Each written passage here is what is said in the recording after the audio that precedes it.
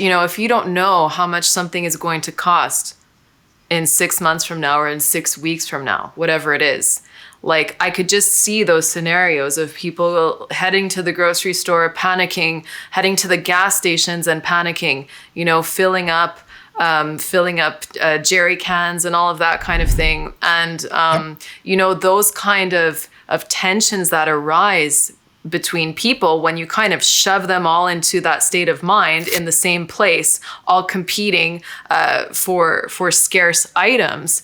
So yeah, that's what I was thinking. So maybe you want to speak to the social unrest at different levels.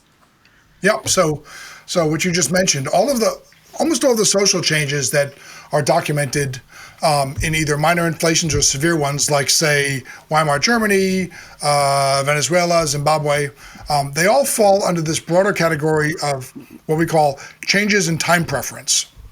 Excuse me. Time preference is essentially, it's basically a characterization of an individual's relative valuation for present consumption versus future, right?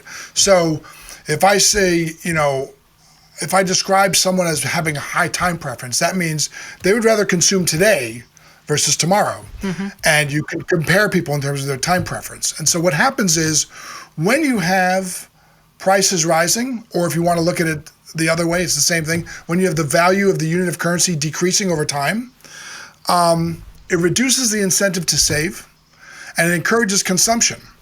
With less saving over time, we get less investment, less innovation, and all that. But I mean, what you were describing before is, again, some of these things are easy to see in extreme cases. I'm not claiming that we are going to see a hyperinflation here at all. Mm-hmm. But in hyperinflations, what you see are people, the minute they get money, they rush to a store and they buy something. They buy anything so they can lock in value. Now, if they have a chance, they like to assess what's readily tradable in a few weeks from now.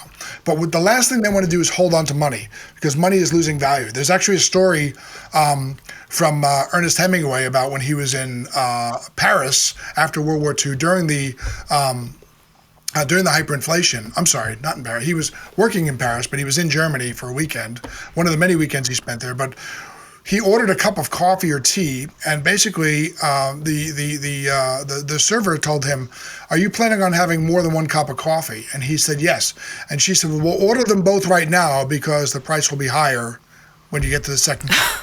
I mean, that's an extreme example, wow. But that really sort of shows sort of the distortion in planning, and the inability to plan that comes with very high rates of inflation, people stockpiling and trying to lock in purchasing power before they lose it, and that really finds its way into all sorts of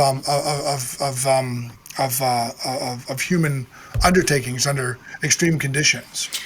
So. In the Weimar Republic, I know that some people, they write about this on Twitter, they talk about this, they say, oh my gosh, we're going to go towards this type of hyperinflation and it's going to be a total disaster. They really see this worst case scenario happening. Do you think that that's in the cards? I don't. Why not? I don't think that's in the cards. I think that the type of inflation that would take would require...